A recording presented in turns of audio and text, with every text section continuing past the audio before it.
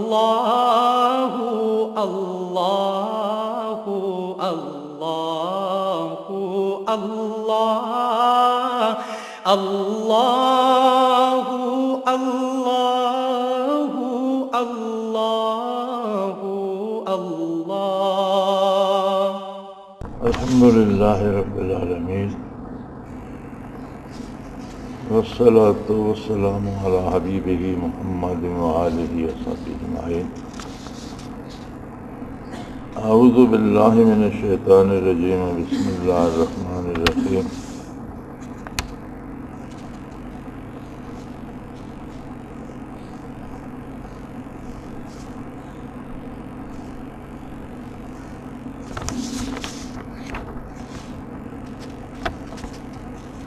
کل اپنے انک علی خلق عظیم کی تشریح کرتے ہوئے اخلاق حسنہ کو متعلق ارشاد فرمائے تھے. ساؤنڈ سسٹم خراب ہونے کے باعث تمام احباب تک آواز نہیں پہنچ پائی. کیونکہ یہ دیکھنے میں ہے کہ ہم ذکر الہی بھی کرتے ہیں، ساتھ ساتھ گالی گلوچ، بدتمیزی، بد کلامی کا سلسلہ جاری رہتا ہے، جس کے منفی اثرات مرتب ہوتے ہیں اور کئی لوگ ذکر چھوڑ دیتے ہیں. نبی کریم صلی اللہ علیہ وسلم کا ارشاد گرامی ہے کہ منافق کی باقی علامات میں سے ایک یہ بھی ہے کہ اذا خصم فجر، جب وہ لڑائی جھگڑا کرتا ہے تو گالی دیتا ہے. کیا یہ منافق بھی ویسے ہیں جس کے متعلق فرمایا گیا کہ جہنم کے آخری گڑھے میں ہوگا؟ میری گزارش یہ ہے کہ میری تقریریں کوئی تیاری کی ہوئی ہے، رٹی رٹائی نہیں ہوتی. میں تو پیج پہ بیٹھتا ہوں تو جو اللہ کریم توفیق دیتا ہے کہہ دیتا ہوں.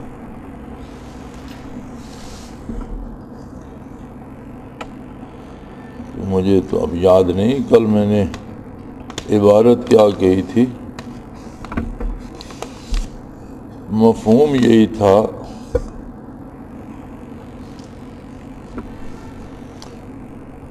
کہ اللہ کریم نے ارشاد فرمایا وَإِنَّكَ لَعَلَىٰ خُلُقٍ عَظِيمٍ. آپ صلی اللہ تعالیٰ علیہ وسلم کے اوصاف حمیدہ میں ایک بہت اعلیٰ خوبی یہ بھی ہے کہ آپ اخلاق حسنہ اور اخلاق اعلیٰ کی بلندیوں پر ہیں جن پر آپ کا کوئی ثانی نہیں. تو کردار و عمل میں اخلاق کا ایک بنیادی کردار ہے. اگر اخلاقیات درست نہ ہوں تو عمل میں وہ خوبی نہیں آتی جو اس کی قبولیت کا سبب بنتی ہے.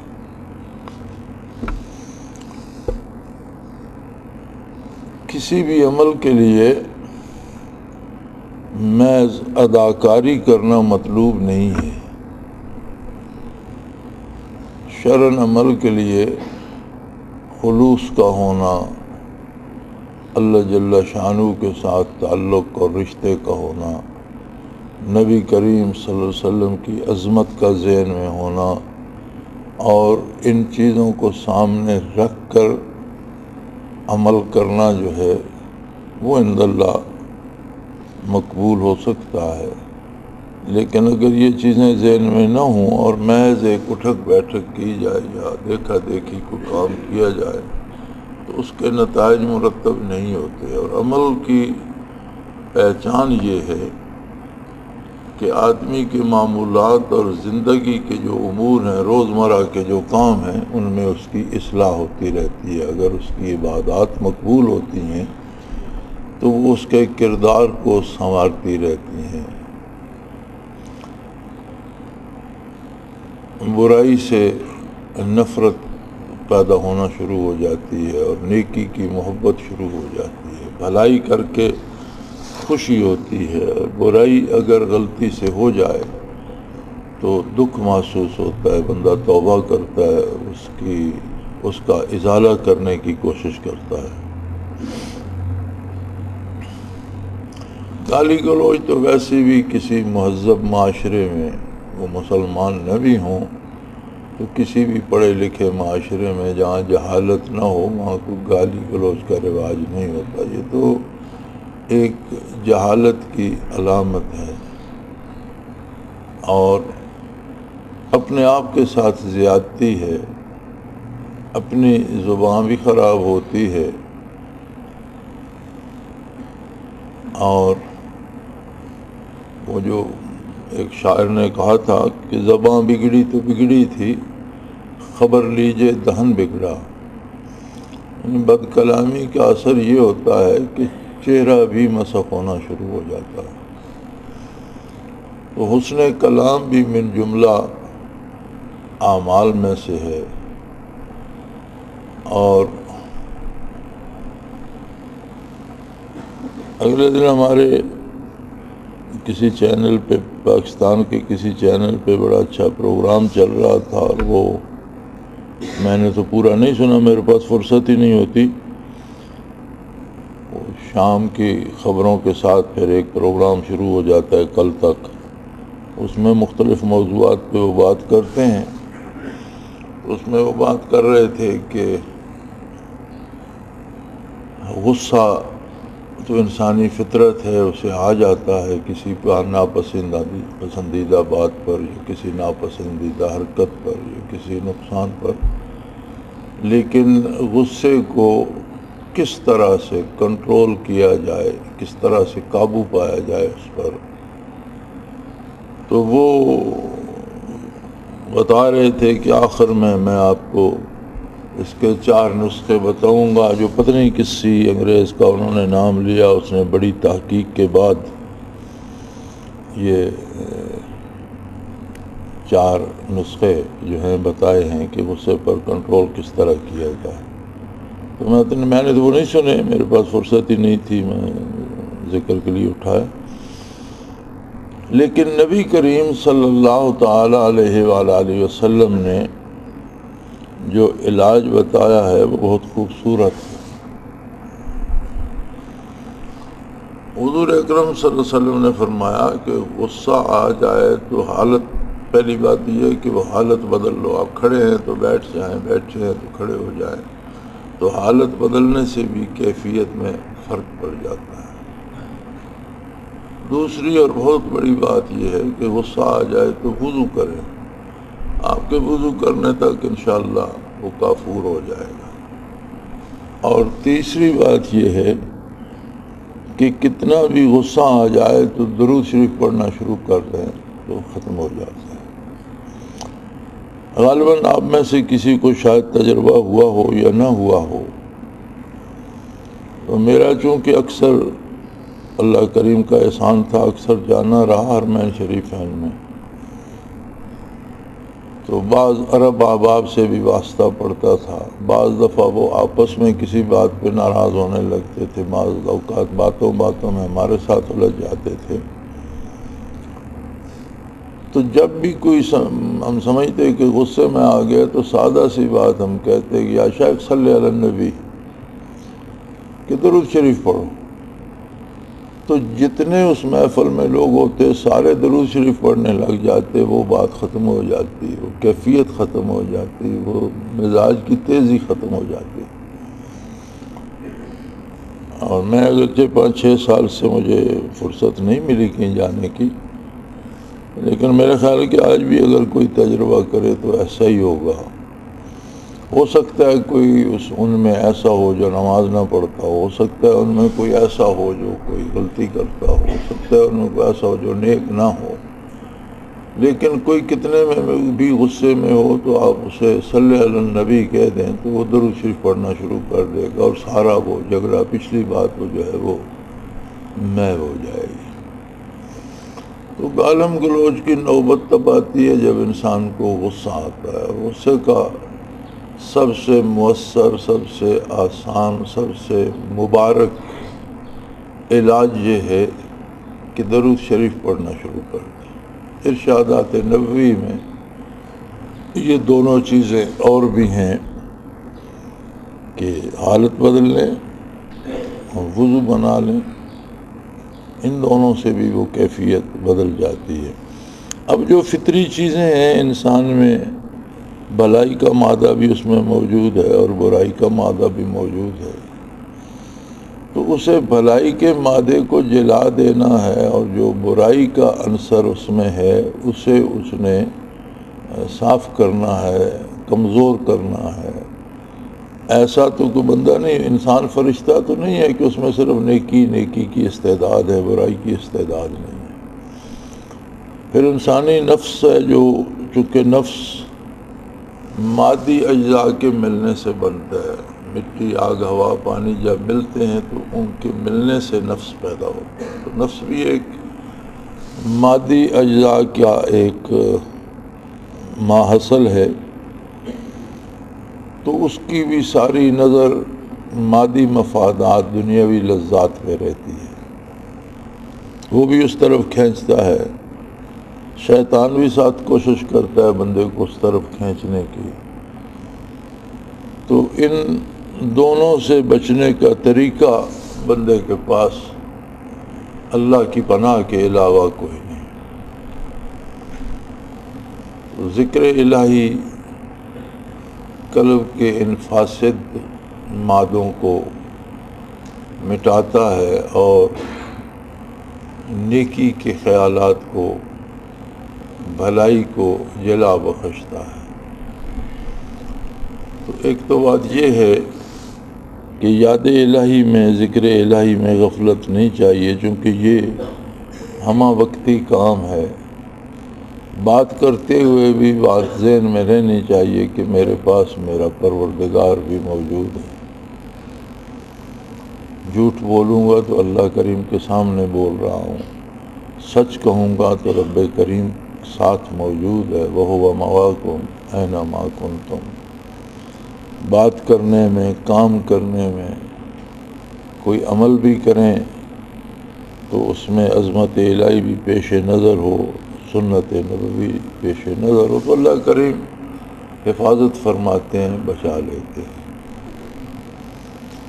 ایک چھوٹی چھوٹی باتیں ہوتی ہیں، آپ نے کسی کو روکا، میری بات سنیں، بات سن لی اس نے، آپ ادھر چلے گئے، آپ ادھر چلے گئے، اب چھوٹی سی بات ہے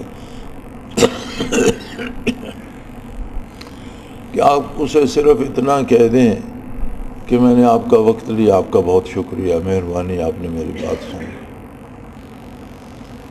تو اگرچہ بہت چھوٹا سا جملہ ہے، لیکن اس کا ایک بہت بڑا اثر پورے معاشرے میں جائے گا۔ اگر یہ رواج پکڑ جائے گا تو انسانی تعلقات جو آپس کے، ان میں بہت مثبت اثر جائے گا۔ آپ نے شاید کبھی نوٹ کیا ہو، جو لوگ یورپ وغیرہ میں رہتے ہیں ان کی بات الگ ہے، یہاں بھی اکثر ٹیلی ویژن پہ بھی ہم دیکھتے ہیں، لوگ یہاں آتے جاتے بھی ہیں، تو آپ دیکھیں گے کہ اس معاشرے میں کوئی چھوٹی سا کام بھی کوئی کرتا ہے، بات بھی سنتا ہے تو وہ اسے تھینک یو ضرور کہتے ہیں،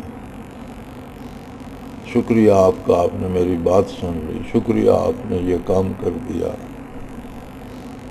تو یہ ساری چیزیں جب نبی کریم صلی اللہ علیہ وسلم جہالت کی تاریکیوں میں اسلام کا، علم کا، بصیرت کا نور تقسیم فرما رہے تھے، تو یورپ، امریکہ وغیرہ میں نہیں تھے، یہ بالکل وحشی لوگ تھے، نہ انہیں لباس کی تمیز تھی، بلکہ یورپ والوں کو تو دا کیو مین لکھتا ہے مورخ، غاروں کے رہنے والے لوگ، انہیں مکان تک بنانے نہیں آتے، انتہائی گندے، انتہائی غلیظ، انتہائی بدتمیز لوگ تھے۔ یہ ساری چیزیں انہوں نے اسلام سے لی ہیں۔ نبوت پر ایمان نصیب نہیں ہوا تو بھی انہوں نے اسلام میں خوبیاں تلاش کی کہ کس طرح سے یہ ایک صحرا سے اٹھ کر ایک نعرہ مستانہ روئے زمین پر کیسے پھیل گیا، خلق خدا نے کس طرح قبول کر لیا، کیوں لوگوں نے مان لیا۔ ہمارے پاس، مسلمانوں کے پاس تو سادہ سا ایک ہی جواز ہے کہ بس اللہ کو منظور تھا، ہو گیا۔ یہ تو درست ہے، اللہ کو منظور تھا، لیکن دنیا عالم اسباب ہے اور اس میں کوئی ظاہری اسباب بھی ہوں گے، کیونکہ دنیا تو عالم اسباب ہے، اللہ کو جو کام منظور ہوتا ہے اس کے اسباب پیدا فرما دیتا ہے۔ انہوں نے ان ظاہری اسباب پر ریسرچ کی تو انہیں پتہ چلا کہ یہ تو بات کرنے کا بھی سلیقہ ہے، کسی کو کام کہنے کا بھی سلیقہ ہے، لین دین میں دیانتداری کا ایک معیار ہے، تو تعلقات کے کچھ ضابطے اور کچھ قاعدے ہیں۔ تو جو بھی خوبی آج آپ کو وہاں نظر آتی ہے وہ انہوں نے اسلام سے لی ہے، اور جس جس شعبے میں انہوں نے اس خوبی کو استعمال کیا ہے، اس پر عمل کیا ہے، دنیا میں اس شعبے میں وہ ترقی کر رہے ہیں،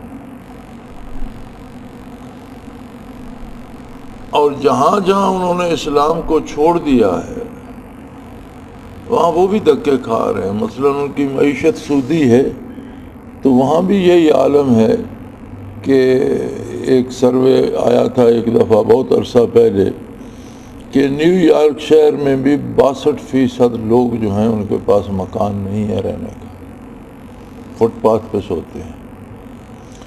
میں نے لندن میں اپنی آنکھوں سے لوگوں کو پلوں کے نیچے، اس آج کے لندن میں پلوں کے نیچے رات بسر کرتے دیکھا ہے، کوڑے کے ڈھیر سے چیزیں اٹھا کر لوگوں کو کھاتے میں نے نیو یارک میں دیکھا ہے۔ یعنی وہاں بھی معاشی تقسیم جو ہے وہ غریب سے غریب تر ہوتا چلا جاتا ہے، امیر سے امیر تر ہوتا۔ مرد اور عورت کے تعلقات میں انہوں نے اسلام کے سنہری اصولوں کو نظر انداز کر دیا۔ آج خود یورپ کے مفکر کہتے ہیں کہ ہم اس موضوع پہ اب اپنی قوم کی اصلاح کرنے سے قاصر ہیں۔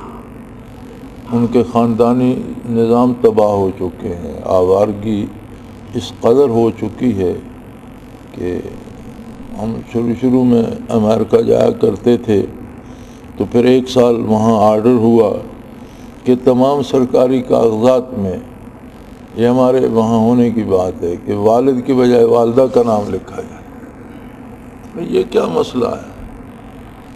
پہلے تو فلاں کا بیٹا آ رہا تھا، وہاں باپ کا نام لکھا جاتا، سن آف کے آگے باپ کا نام ہوتا تھا۔ پھر ماں کا ان کا جی آبادی جو ایسے لوگ ہیں جن کا والد ہے ہی نہیں، ماں کی شادی ہی نہیں ہوئی، اس کی 3 4 اولادیں، تو ان کا باپ کہاں لکھیں؟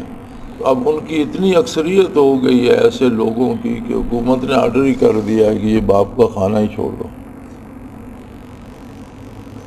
تو جہاں جہاں انہوں نے اسلامی احکام کو دنیاوی اعتبار سے بھی نہیں اپنایا، وہاں وہ بھی اسی طرح تکلیف میں ہیں اور ہم سے زیادہ پریشان حال ہیں۔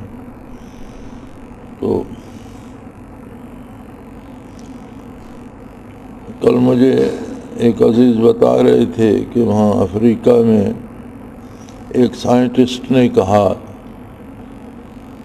کہ جی میں نے 20 برس ریسرچ کی ہے مکھی پر، 20 سال لگ گئے میرے، تو میں مکھی پر ریسرچ کرتا رہا ہوں، اور 20 سال بعد میں اس نتیجے پہ پہنچا ہوں کہ مکھی میں ایک عجیب فطری نظام ہے کہ اس کے ایک پر میں تو کچھ بیماریوں کے ہوتے ہیں اثرات، اور دوسرے پر میں ان کا علاج بھی ہوتا ہے۔ تو اگر آپ کے کھانے پینے کی کسی چیز میں، چائے میں، دودھ میں، پانی میں مکھی گر جائے تو چاہیے کہ اسے ڈبو کر نکال کر باہر پھینک دو تو وہ بے ضرر ہو جاتا ہے، ورنہ عموماً وہ اس پر کے پہلو پہ گرتی ہے جو تکلیف دینے والا ہے۔ تو میری یہ 20 سال کی تحقیق ہے، میں اسے دنیا میں عام کرنا چاہتا ہوں۔ یہ بات اس نے ایک عام مسلمان سے کی تو اس نے کہا تم نے 20 سال ضائع کیے، ہمیں تو یہ 1400 سال پہلے سے پتہ ہے۔ نبی کریم صلی اللہ علیہ وسلم نے اس وقت فرمایا تھا کہ مکھی گر جائے تو اسے ڈبو کر باہر پھینکو کہ اس کے ایک پر میں زہر ہوتا ہے، دوسرے میں اس کی شفا ہوتی ہے۔ تو بڑا حیران ہوا، اس نے کہا مجھے دکھاؤ۔ انہوں نے وہ حوالہ نکال کر دکھا دیا تو اس نے کلمہ پڑھ لیا۔ اس نے کہا یہ دانش جس شخص کو اللہ نے دی ہے وہ یقیناً اللہ کا نبی ہے۔ میں نے تو 20 برس مختلف انداز سے ریسرچ کی، تحقیق کی، محنت کی، تب جا کر میں اس نتیجے پہ پہنچا۔ تو آج سے 1400 سال پہلے تو اس کا کوئی تصور نہیں بنتا، کوئی ایسی مشینری، کوئی ایسی تحقیق کے لیے جو ایجادات آج ہیں اس وقت تو میسر نہ تھی۔ تو نبی کریم صلی اللہ علیہ وسلم کا یہ کمال ہے کہ زندگی کے ہر شعبے میں آپ صلی اللہ علیہ وسلم کے نقوش کف پا ملتے ہیں۔ بکریاں چرانے، مزدوری کرنے، کاروبار تجارت کرنے سے لے کر ایوان سلطنت تک، ملک کی حکومت تک، اور سپاہی سے لے کر جرنیل تک، ایک بہت بڑے خاندان کے مالک اور عیالدار، بہت بڑی طویل رشتہ داری اور رشتہ داریوں کی مجبوریاں، یعنی زندگی کا کوئی شعبہ بھی آپ دیکھ لیں تو ہر شعبے میں حضور اکرم صلی اللہ علیہ وسلم کے نقوش کف پا ملتے ہیں۔ اور ایمان کا تقاضا ہی یہ ہے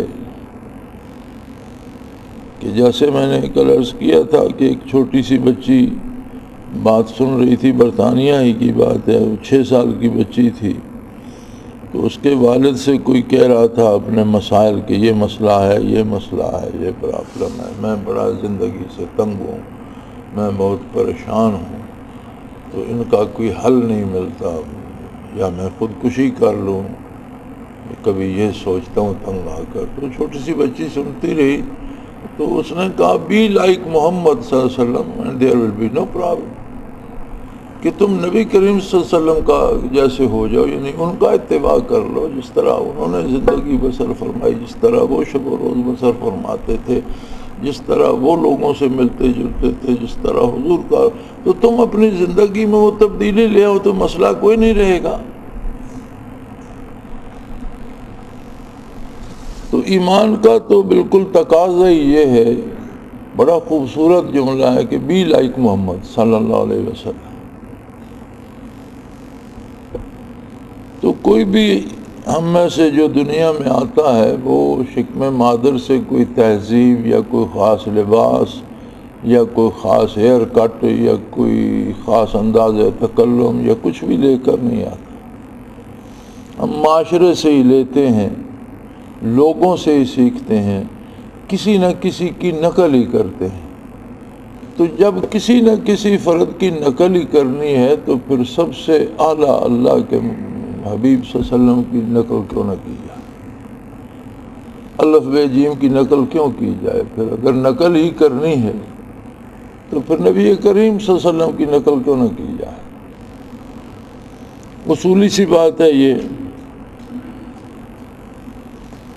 جہاں تک آپ کی اس دوسری بات کا تعلق ہے کہ کوئی جھگڑے کے وقت گالیاں دیتا ہے تو وہ بھی منافقین کے ساتھ انتہائی جہنم کے انتہائی گڑھے میں ہوگا، بات ایسی نہیں ہے۔ منافق کی بنیاد جو ہوتی ہے وہ یہ ہوتی ہے کہ وہ دین سے خالی ہوتا ہے، اس کے اندر دین نہیں ہوتا، لیکن وہ دعویٰ دینداری کا رکھتا ہے، باقی اس کی عادات ہیں۔ تو جس طرح حضور اکرم صلی اللہ علیہ وسلم کا ارشاد ہے من ترک الصلاۃ متعمدا فقد کفر، او کما قال رسول اللہ صلی اللہ علیہ وسلم، کہ جس نے جان بوجھ کر نماز چھوڑ دی بلا عذر شرعی، اس نے کفر کیا۔ تو اب نماز کا انکار تو فقہی طور پر کفر ہے، ترک صلاۃ کفر نہیں، فسق ہے، گناہ ہے۔ لیکن شارحین حدیث یہاں لکھتے ہیں کہ حضور کے ارشاد عالی کا مطلب یہ ہے کہ اس کی یہ بات ایسی ہے جیسی کافر کی صفت ہوتی ہے، یہ صفت اس میں کافر کی، یہ عمل کافر جیسا عمل ہے۔ تو یہاں بھی یہی ہے کہ اس کا یہ عمل گالی دینے کا جو ہے یہ منافق سے یعنی ایک عمل میں وہ منافق سے مشابہت رکھتا ہے۔ اس کا یہ مطلب اس ارشاد عالی کا نہیں ہے کہ وہ اس درجے کا منافق ہو گیا، لیکن اس کی نیکیوں میں یہ عمل کمی کرے گا، اس کی برائیوں میں زیادتی کا سبب بنے گا، اور ایک غلطی، جس طرح آپ نے معاشرے میں یہ سنا ہے کہ ایک جھوٹ کو چھپانے کے لیے یا ایک جھوٹ کو ظاہر ہونے سے بچنے کے لیے 1000 جھوٹ بولنا پڑتا ہے۔ اسی طرح ایک گناہ کے جواز کے لیے پھر ساتھ کئی ہزاروں گناہ کرنے پڑتے ہیں، تو کیوں نہ بندہ وہ غلطی ہو جائے تو اس سے سیدھی سیدھی توبہ کرے، اللہ کریم کے سامنے اعتراف کرے اور اللہ سے دعا کرے کہ اللہ یہ اچھی بات نہیں ہے، مجھے اس سے بچنے کی توفیق عطا فرما، تو اللہ کریم اصلاح فرما دیتے ہیں۔ سلوک دین کی اصل ہے۔ اب زمانہ ایسا آ گیا ہے کہ لوگ، ایک زمانہ تھا جب لوگ ناول اور افسانے پڑھا کرتے تھے اور بڑے شوق سے پڑھتے تھے۔ اب بات اس سے بھی آگے چلی گئی ہے، لوگ انٹرنیٹ دیکھتے ہیں، فواہشات خرافات دیکھتے ہیں، ٹیلی فون پہ سارا دن میسیجنگ ہوتی ہے، کوئی مقصد نہیں ہوتا، کوئی مطلب نہیں ہوتا۔ اچھا، بعض لوگ بلا مقصد سارا دن لطیفے ایک دوسرے کو میسج کرتے رہتے ہیں، مختلف قسم کے لطیفے کو، مہذب غیر مہذب، وہ سارا دن اس پہ لکھتے پڑھتے رہتے ہیں۔ اب ایک ٹیلی فون پہ ایک عبارت لکھنے میں کتنا وقت لگتا ہے، کتنا وہ غور سے دیکھنا پڑتا ہے، چھوٹے چھوٹے بٹن ہوتے ہیں لیکن بڑا تکلف کرتے ہیں، لگے رہتے ہیں۔ ان اوقات کے ساتھ ساتھ اگر کچھ وقت بندہ سیرت طیبہ کی کتاب کو پڑھنے کے لیے نکال لے،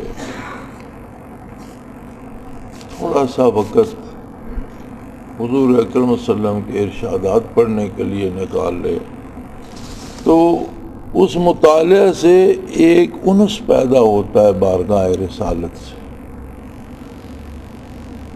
ایک تو علم حاصل ہوتا ہے کہ حضور اکرم صلی اللہ علیہ وسلم کی عادات مبارکہ کیا تھیں، آپ کس طرح سے پیش آتے تھے، کون سا کام کس سلیقے سے کرتے تھے، اور دوسرا حضور کا ذکر خیر پڑھنے سے دل میں ایک عجیب سی محبت اور قرب کا احساس پیدا ہوتا ہے اور اتباع میں آسانی ہو جاتی ہے۔ یوں تو ام المومنین حضرت عائشہ رضی اللہ تعالی عنہ سے کسی نے سوال کیا تھا کہ حضور کے اخلاق عالیہ کے بارے مجھے کچھ ارشاد فرمائیے، تو آپ نے بڑا جامع اور مختصر سا جواب دیا تھا، کان خلقہ القرآن، کہ آپ کے اخلاق عالیہ قرآن کریم کے مطابق تھے۔ تم قرآن پڑھتے جاؤ، تمہیں پتہ چلتا جائے گا کہ حضور کیا کرتے تھے، کیا نہیں کرتے تھے۔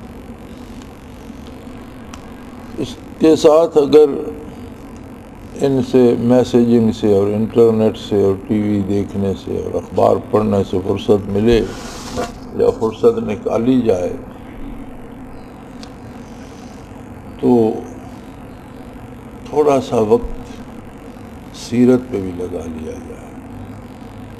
میں نہیں سمجھتا کہ یہاں بھی جتنے لوگ آتے ہیں یہ سارے ذاکر بھی ہیں، اللہ اللہ کرنے والے بھی ہیں، اور آج سے 2-4 سال پہلے کسی کو کوئی مجبوری نہیں ہوتی تھی، کوئی موبائل کا تصور بھی نہیں تھا۔ میں نہیں سمجھتا کہ کوئی شخص ایسا ہو جس کے ہاتھ میں موبائل نہ ہو۔ یہ دنیاوی معاملات میں ہم اپنی ضرورتیں بڑھا لیتے ہیں۔ مرد تو مرد، خواتین کے شعبے میں دیکھ لیں تو میرا خیال ہے جو خاتون بھی آتی ہے اس کے ہاتھ میں ایک موبائل بھی ہوتا ہے، پھر اس میں مختلف تصویریں ہوں گی، پھر اس میں مختلف پیغامات ہوں گے، پھر اس میں مختلف گیمیں ہوں گی، پھر اس میں مختلف تماشے ہوں گے۔ اب یورپ میں تو وہ G3 سسٹم ہے کہ بات کریں تو تصویر بھی ساتھ نظر آتی ہے۔ اس کا انہوں نے فائدہ یہ اٹھایا ہے کہ جو بے حیائی انٹرنیٹ پہ ہوتی تھی وہ ٹیلی فون پہ بھی آپ دیکھ سکتے ہیں۔ یہاں بھی اب وہ G3 سسٹم آ رہا ہے، بہت میرے خیال میں اس میں کچھ وقت لگے گا لیکن حکومت وہ بنا رہی ہے اور آ جائے گا۔ تو آ جانا چاہیے، جہاں قباحتیں ہوتی ہیں وہاں اس میں اس کے استعمال میں فوائد بھی ہوتے ہیں۔ جو نیک بخت لوگ ہوتے ہیں وہ فائدہ لیتے ہیں، جو بدبخت ہوتے ہیں وہ برائی لیتے ہیں۔ یہ تو اپنے اپنے کردار اور اپنے اپنی سوچ اور فکر کی بات ہے۔ تو ان چیزوں سے، خرافات سے اب آدمی اپنی ضرورتیں بڑھاتا رہتا ہے۔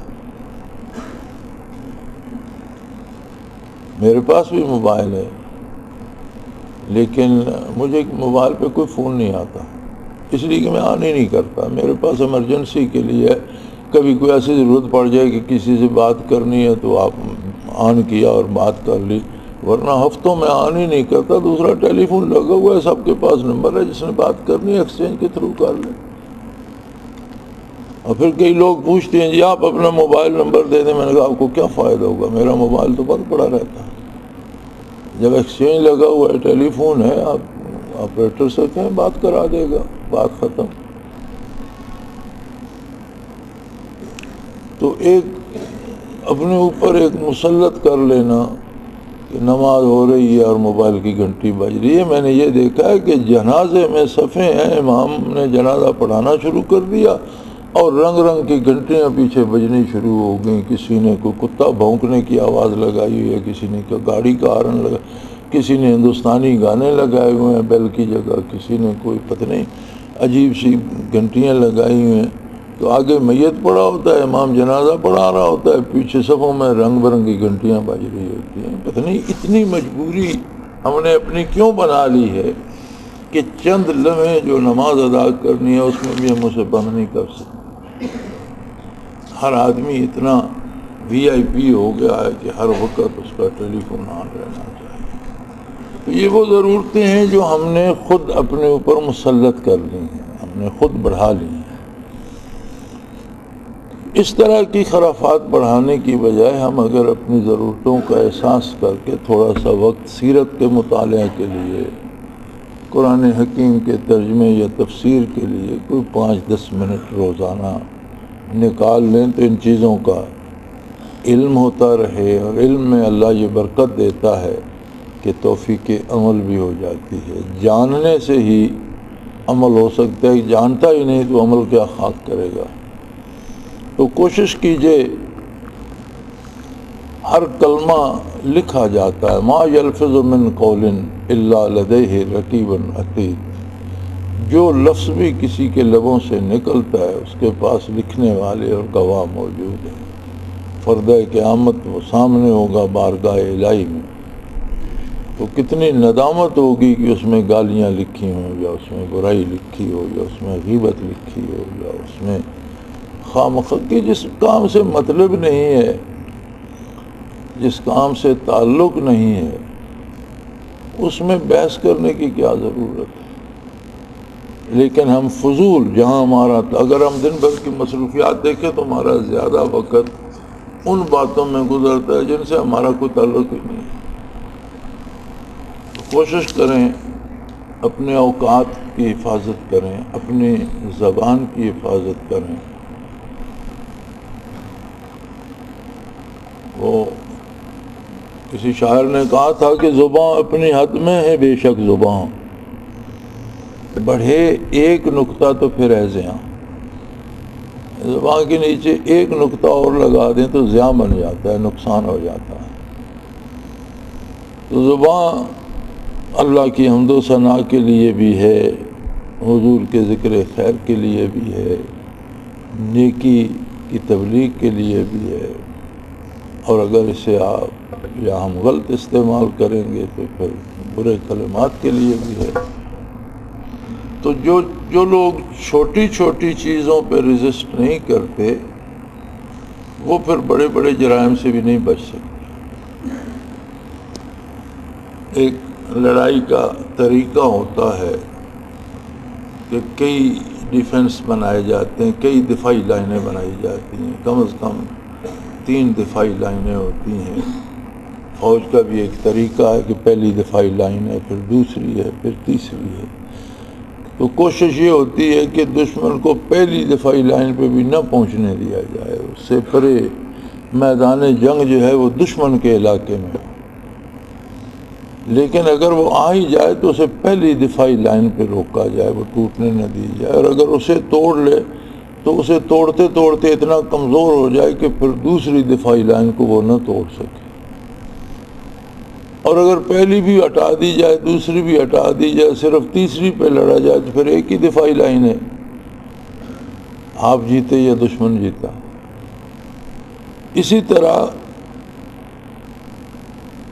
دین میں بھی فرائض ہیں، اس کے ساتھ دوسری دفاعی لائن ہے سنت ہے، تیسری دفاعی لائن ہے نفل ہے۔ نفلی عبادات ہماری تیسری اور پہلی دفاعی لائن ہے، اس کے بعد سنت خیر الانام صلی اللہ علیہ وسلم ہے دوسری دفاعی لائن۔ اگر ہم نے نوافل کی دیکھ بھال نہ کی تو ظاہر ہے جھگڑا لڑائی سنتوں پہ ہوگی، اور سنتوں سے محروم ہوئے تو پھر لڑائی شیطان کی اور ہماری فرائض پہ ہوگی کہ چھوڑ دو، نہ کرو۔ تو اپنی جو دفاعی لائنیں ہیں ان کو مضبوط رکھ۔ ایک شخص نوافل ترک نہیں کرتا تو اسے فرض ترک کرنے کا مشورہ کب دے گا؟ وہ تو اس سے نوافل پہ جھگڑا کرتا رہے گا کہ چھوڑو یار، یہ کوئی فرض تو نہیں ہے، تم کیوں آدھی رات کو اٹھتے ہو، تم کیوں وضو کا کیا مصیبت، اپنے جھگڑا وہاں چلتا رہے گا نا۔ نوافل چھوٹ گئے تو پھر جھگڑا سنتوں پہ آ جائے گا، ایک دفعی لائن تو ختم ہو گئی، پھر دوسری پہ آ جائے گا۔ خدا نخواستہ زندگی اور طرز عمل سے سنت بھی رخصت ہوئی تو پھر فرض کا بچنا بھی آسان نہیں ہوگا، اور فرض گئے تو پھر ایمان لوٹے گا۔ اگر تیسری دفاعی لائن بھی چلی جائے تو پھر دشمن ملک پہ علاقے پہ قبضہ کر لیتا ہے، تو ملک اور علاقہ تو ایمان ہے، اگر تیسری دفاعی لائن ٹوٹی تو پھر ایمان جائے گا۔ تو دنیا عالم اسباب ہے، اور ان اسباب کے مطابق اپنا دفاع بھی کرنا چاہیے۔ تو یہ جو اخلاقیات میں بے احتیاطی ہے، یہ بھی ایک بڑی مضبوط دفاعی لائن ہے جسے ہم چھوڑ دیتے ہیں۔ اب ایک بندہ بات کرنے میں، اٹھنے بیٹھنے میں اخلاقیات کا لحاظ رکھتا ہے تو بھلا وہ اس سے بڑے کام کرنے میں کیوں اس کے سلیقے کا لحاظ نہیں رکھے؟ تو اگر یہاں سے چھوٹ جائیں گے تو شاید پھر فرائض میں بھی چھوٹ جائیں۔ بندہ نماز بھی ادا کرے تو پورے طریقے سے نہ کرے، وضو پورا نہ کرے، دو چھٹے مارے، اٹھے بیٹھے بھاگتے دوڑتے چلے گئے۔ اللہ کریم توفیق دے۔ تو زندگی تو ایک مقابلہ ہے، ہاں تھوڑی ہے یا زیادہ، مختصر سی زندگی ہے انسانی کہ جسے ابدالآباد رہنا ہے، اس کے 50-60 سال کیا زندگی ہے، اس کے ابدالآباد کے مقابلے میں ان کی کیا حیثیت بنتی ہے۔ اس میں بھی کچھ بالغ ہونے تک نکل گئے، کچھ آدھی زندگی نیند کی نظر ہو گئی، تو اس طرح جمع تفریق کریں تو تھوڑا سا وقت بچتا ہے جس میں استقامت کی اور مقابلے کی ضرورت ہے، اور پھر اللہ ساتھ ہو، اللہ کے نبی کا کرم ہو، توجہ ہو، برکات ہوں، تو کیسے ممکن ہے؟ کیف تکفرون وانتم تتلی علیکم آیات اللہ وفیکم رسولہ، تم کیا نافرمانی کر سکتے ہو کہ تم پر اللہ کا کلام بھی پڑھا جاتا ہے، تمہارے ساتھ اللہ کا رسول بھی ہے، معیت نبوت بھی تمہیں حاصل ہے، تو کیسے ہو سکتا ہے؟ یعنی اتنے بڑے اہتمام کے بعد پھر تم کیسے شیطان سے مار کھا سکتے ہو؟ تو اللہ کریم ہمیں ان برکات سے مستفید ہونے کی توفیق عطا فرمائے، ہماری کوتاہیوں سے درگزر فرمائے، ایمان پہ زندہ رکھے، ایمان پہ موت دے، اور ایمانداروں کے ساتھ حشر فرمائے۔ وآخر دعوانا الحمدللہ رب العالمین۔ اللہ اللہ اللہ اللہ اللہ اللہ اللہ اللہ۔ حضرت امیر محمد اکرم آوان مد ذلہ العالی دارالعرفان منارہ ضلع چکوال میں سالہ سال سے قرآن و حدیث کے اوپر خطابات کر رہے ہیں، اور سلسلہ نقشبندیہ اویسیہ کے مطابق لوگوں کو ذکر الہی کی تربیت دے رہے ہیں۔ وہ قرآن پاک کی تفسیر ترتیب وار بیان کر رہے ہیں۔ تفسیر قرآن کو وہ موجودہ ملکی اور بین الاقوامی حالات کے مطابق بیان کرتے ہیں۔ موٹر وے سے کلر کہار کے انٹرچینج سے نکلتے ہوئے کلر کہار کی جھیل سے ہوتے ہوئے میانی، بوچھال